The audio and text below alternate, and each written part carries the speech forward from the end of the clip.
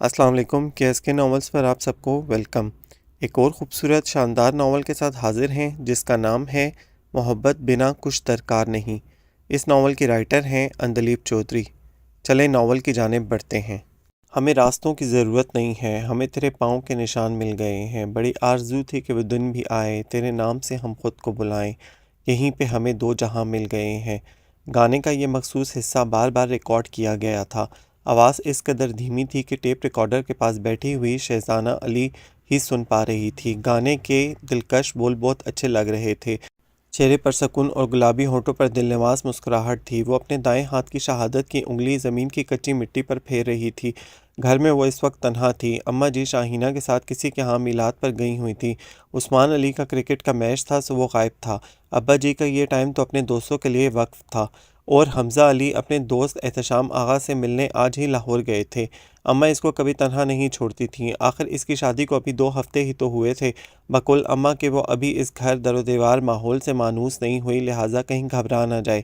اماں کی بات یاد کر کے وہ دھیرے سے مسکرائی۔ اماں کو کیا خبر کہ اس گھر کی فضا میں حمزہ علی کے وجود کی مہک رچی ہوئی ہے۔ وہ نہ بھی ہوں تب بھی ان کی مخصوص خوشبو ہر طرف محسوس ہوتی ہے۔ اس نے یوں ہی آنکھیں موند کر 2-3 لمحے سانس لے کر اس کی خوشبو کو اپنے اندر اتارا۔ اپنی اس بے ساختہ دیوانی حرکت پر خود ہی ہنس پڑی۔ تبھی کچی مٹی پر نظر پڑتے ہی اس کی بڑی بڑی کالی آنکھوں میں حیرت کے ساتھ مسرت امٹ آئی کہ زمین پر اس نے بے خودی میں حمزہ کا نام لکھ دیا تھا۔ پیار سے وہ اس لفظ کو سنوارنے لگی۔ جیسے جیسے اس کی انگلیاں حرکت کر رہی تھی ویسے ویسے رگوں میں دوڑتا لہو، دل کی بڑھتی دھڑکن، جسم کا رواں رواں صرف اور صرف حمزہ کے نام کی گردان کر رہا تھا کہ مانی اس کے کان کے قریب آ کر چلایا، مانی ڈرا دیا تم نے تو مجھے۔ اپنے خوابیدہ ماحول کے ٹوٹنے پر اس کو افسوس ہو رہا تھا۔ سوری، اس کی نظر مٹی پر پڑی۔ واہ کیا بات ہے، وہ کیا کہتے ہیں، ہاں یہ عالم شوق کا دیکھا نہ جائے، آپ کا کوئی قصور نہیں اس میں، ہمارے بھائی ہیں ہی اتنے ڈیشنگ، مانی حمزہ کو سراتے ہوئے بولا۔ یہ تو میں بھی جانتی ہوں، شہزانہ نے مسکراتے ہوئے جواب دیا۔ ویسے مائی ڈیئر بھابھی، یہ شوق کب تک جاری رکھنے کا ارادہ ہے؟ کیا مطلب؟ شہزانہ نے چونک کر پوچھا۔ مطلب یہ کہ ہماری والدہ ماجدہ کو اگر آپ 1 منٹ اور نظر نہ آئیں تو ان کا شک یقین میں بدل جائے گا کہ کوئی اٹھا کر لے گیا ہے، مانی نے شرارت سے کہا۔ اماں آ گئیں؟ وہ اٹھ کھڑی ہوئی۔ جی ہاں، مانی نے مختصر جواب دیا۔ پہلے کیوں نہیں بتایا؟ اور وہ فوراً اندر کی طرف چل دی۔ السلام علیکم اماں جان۔ وہ اماں سے لپٹ گئی۔ وعلیکم السلام، ہمیشہ خوش رہو۔ وہ جانتی تھی کہ وہ پیار کی ترسی ہوئی ہے، اس لیے جی بھر کر اس پر اپنی محبت نچھاور کرتی۔ شانو اماں کے لیے پانی کا گلاس لے کر آئی تو بولی، بھابھی وہاں سب آپ کی اتنی تعریف کر رہے تھے کہ پوچھیے مت، اور میری سہیلیاں تو مر مٹی ہیں آپ کے حسن پر۔ شانو اس کے گلابی ہوتے چہرے کو دیکھ کر بولی، اللہ میاں نے کیسی لاجواب اور بے مثال جوڑی بنائی ہے نا اماں۔ اچھا بس کر، کیا نظر لگا کر چھوڑے گی؟ اماں نے اس کو پیار سے ڈانٹا۔ گھر کے پچھلے وسیع احاطے کو ابا جی نے لان کی شکل دے رکھی تھی۔ بڑے بڑے درخت بھی تھے اور طرح طرح کے پھول بھی۔ بہار کے پھول ہر طرف اپنا حسن بکھیر رہے تھے۔ ہوا اپنے دامن میں رات کی رانی کی خوشبو سمیٹ کر ہر طرف بکھیر رہی تھی۔ چندہ کی چاندنی میں اسے ہر چیز حسین نظر آ رہی تھی۔ اپنے کمرے کے کھڑکی سے بہار کے دلفریب منظر میں کھوئی ہوئی وہ سوچ رہی تھی، کیا یہ واقعی میں ہوں اتنی خوش قسمت؟ میرے نصیب یوں ان ستاروں کے مانے چمک اٹھیں گے؟ کب میں نے ایسا سوچا تھا؟ صدا کی مہربان قسمت یوں اور مہربان ہو جائے گی کہ اس کی جھولی میں وہ سارے رشتے ڈال دے گی جن کی اس کو حسرت تھی۔ اماں کی ویلہانہ محبت، ابا کی شفقت، مانی اور شانوں کی چاہت پا کر وہ مطمئن تھی۔ اتنا اطمینان، اتنا سکون جو میرے اندر ٹھہر گیا ہے۔ کیسے؟ شاید اس لیے کہ قدرت نے میری پہلی محبت، اولین خواہش حمزہ علی کو ہمیشہ کے لیے میرا بنا دیا ہے۔ اپنے ذہن میں ابھرتے سوال کا خود ہی جواب دے کر وہ مزید پرسکون ہو گئی اور اماں کی ہدایت پر عمل کرتے ہوئے کھڑکی کو اندر سے بند کر دیا۔ سیاہ چمکدار بالوں میں برش کرتے ہوئے وہ دیوار پر آویزہ اپنی اور حمزہ کی قدآور تصویر دیکھنے لگی تو اسے یوں ہی کل کی رات یاد آ گئی۔ کتنا تنگ کیا تھا اس نے حمزہ کو۔ حمزہ چینج کر کے باتھ روم سے نکلے تھے، صوفے پر بیٹھی شہزانہ پر ایک نظر ڈالی، پھر ڈریسنگ ٹیبل کے سامنے بال سنوارنے لگے۔ ان کا نکلتا ہوا قد تھا اس لیے ان کو جھکنا پڑتا تھا۔ شہزانہ ڈریسنگ ٹیبل کے قریب ہی ٹیک لگا کر ہونٹوں پر مسکراہٹ اور آنکھوں میں چاہت لیے ان کو دیکھنے لگی۔ کیا مسئلہ ہے؟ انہوں نے برہمی سے پوچھا۔ وہ جانتے تھے کہ اگر وہ اسے ٹوکیں گے نہیں تو وہ یوں ہی کھڑی ان کو گھورتی رہے گی۔ کوئی مسئلہ نہیں، بس سوچ رہی تھی لوگ ٹھیک ہی کہتے ہیں کہ یونانی دیوتا واقعی بڑے خوبصورت اور پرکشش ہوتے ہیں۔ شہزانہ نے شریر انداز میں حمزہ کی وجاہت کو سراہا۔ شٹ اپ، حمزہ کرخت لہجے میں کہتے ہوئے صوفے پر جا بیٹھے۔ پنک کلر کی ہاف سلیوز نائٹی میں غضب ڈھا رہی تھی۔ اس پر اس کے گھنے کالے گیسو بھی بکھرے ہوئے تھے۔ دودھ کی طرح سفید رنگت میں گلابوں کی آمیزش تھی۔ گہرے گہرے گلابی ہونٹ اس کے لباس کے ساتھ ہم رنگ ہو رہے تھے۔ اس کے خوبصورت اور دلکش چہرے پر سب سے زیادہ اٹریکٹیو اس کی کالی چمکدار بڑی بڑی آنکھیں تھیں۔ ایک خاص چمک ان میں پیدا ہوتی تھی جب بھی وہ حمزہ کو دیکھتی تھی۔ اس کی نمایاں ہونے والی آنکھوں کو شام ہمیشہ کٹورے کہا کرتا تھا۔ کمال ہے، تعریف پر بھی خوش نہیں ہوتے اور ایک ہم ہیں کوئی سراہتا ہی نہیں۔ وہ ان کی طرف آتے ہوئے بولی۔ حمزہ جانتے تھے کہ وہ ان کو سنا رہی ہے، پر انجان بنے اپنے بال سنوارتے رہے۔ میں کیسی لگ رہی ہوں؟ ایک آزمائش بن کر وہ ان کے سامنے آ کھڑی ہوئی۔ حمزہ نے ایک نظر ڈالی تو پھر ہٹانا بھول گئے۔ وہ اس وقت مہکتا ہوا گلاب لگ رہی تھی جس کی شادابی اور تازگی عروج پر تھی۔ معنی ٹھیک ہی اسے حسین ساحرہ کہتا ہے۔ وہ اپنے سحر سے کسی کو بھی اسیر کر سکتی ہے۔ ایسا انداز کہ مد مکمل کا ایمان متزلزل ہو جائے۔ اور جب حمزہ کا دل باغی ہونے لگا اور خوابیدہ جذبات انگڑائیاں لے کر سر اٹھانے لگے تو حمزہ نے اپنے احساسات پر قابو پانے کے لیے بش رکھ کر سگریٹ سلگا لیا۔ ستائش کے دو لفظ بھی ہمارے لیے نہیں ہیں، کہتے ہوئے وہ حمزہ کے گھٹنوں کے پاس کارپیٹ پر بیٹھ گئی اور اپنی نازک انگلیاں حمزہ کے سفید اور مضبوط پاؤں پر پھیرنے لگی۔ کیا بدتمیزی ہے یہ، حمزہ نے دشتگی سے کہا اور پاؤں کھینچ لیے۔ ایک سایہ سا اس کے چہرے پر چھا گیا، پھر اگلے ہی لمحے وہ مسکرائی۔ ایک داسی کی جگہ اپنے دیوتا کے چرنوں میں ہوتی ہے نا؟ ہاں، اگر آپ نے اس داسی کا ٹھکانہ کہیں اور بنا دیا ہے تو پلیز مجھے بھی بتا دیں۔ ساتھ ہی اس نے حمزہ کے کشادہ سینے کی طرف اشارہ کیا۔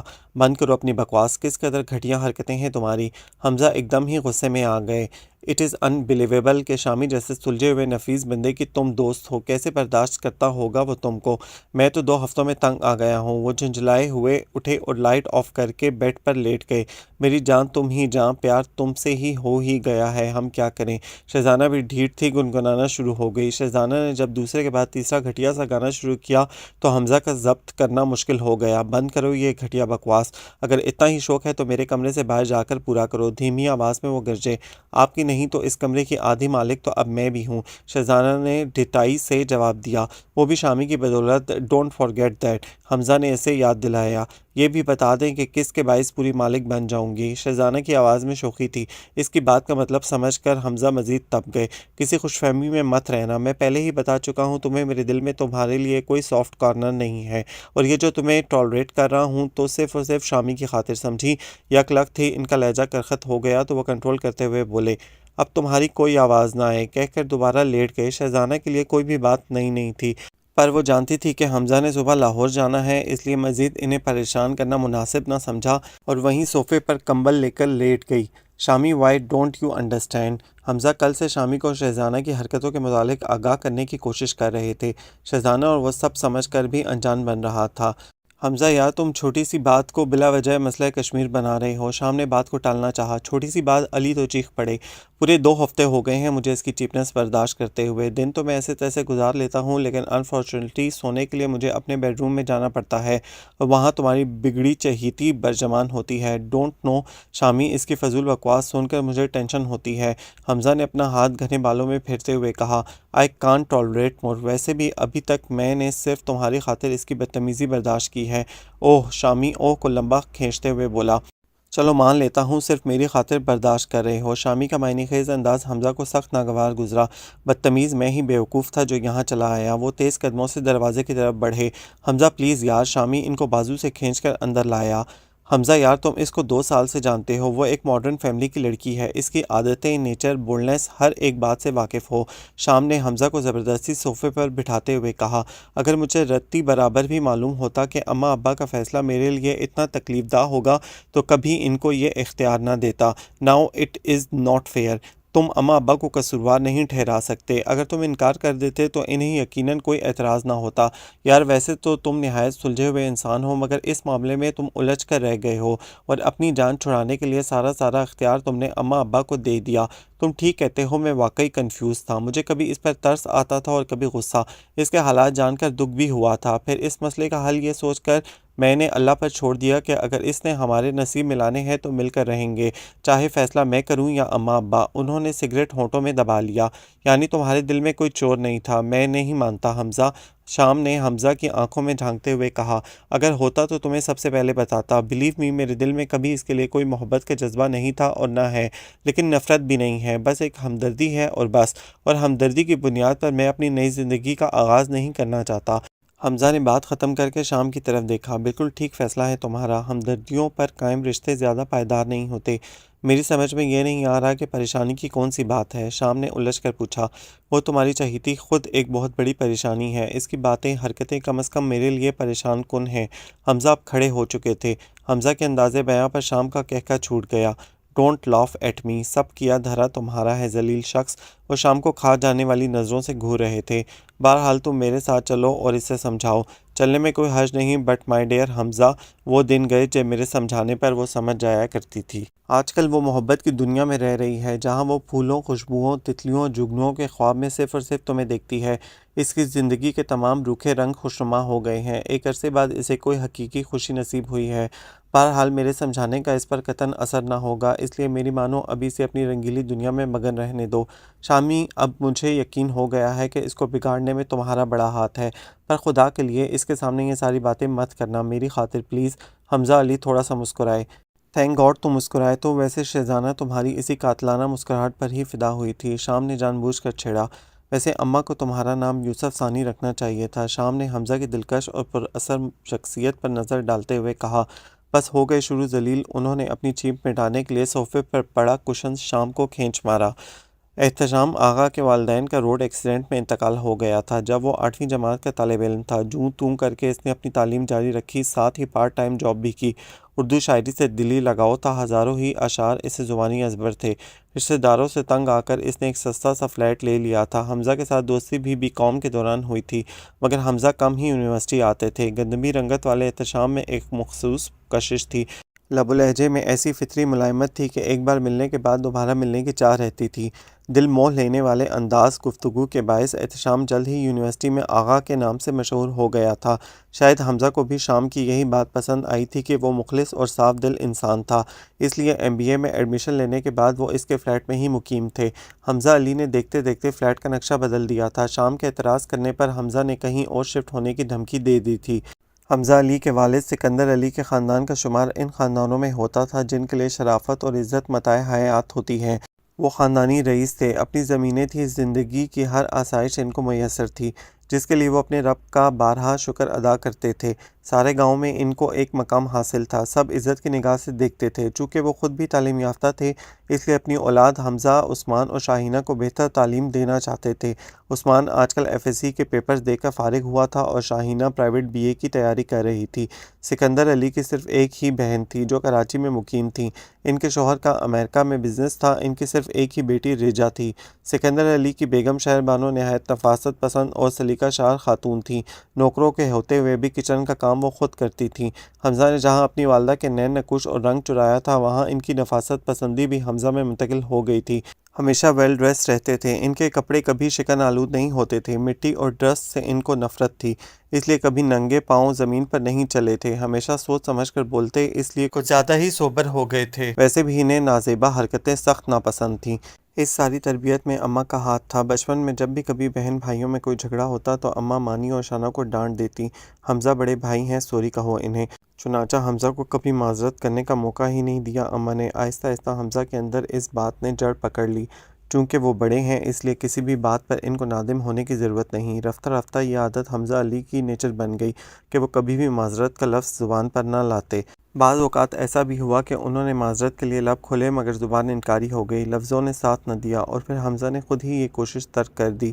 یہ ان کے لیے انتہائی مشکل ترین کام تھا، کسی کے سامنے جھکنا انہیں گوارا نہ تھا۔ انہیں اپنی انا بہت زیادہ عزیز تھی، مگر اپنی کمزوری پر پردہ ڈالنے کے لیے حمزہ نے اپنے اندر ایک اضافی خوبی پیدا کر لی تھی کہ وہ حتی المکان کوشش کرتے کہ ان سے کسی قسم کی کوئی زیادتی کسی کے ساتھ بھی نہ ہونے پائے، خاص کر عثمان اور شاہینہ کے ساتھ، اور اس میں وہ کافی حد تک کامیاب ہو گئے تھے۔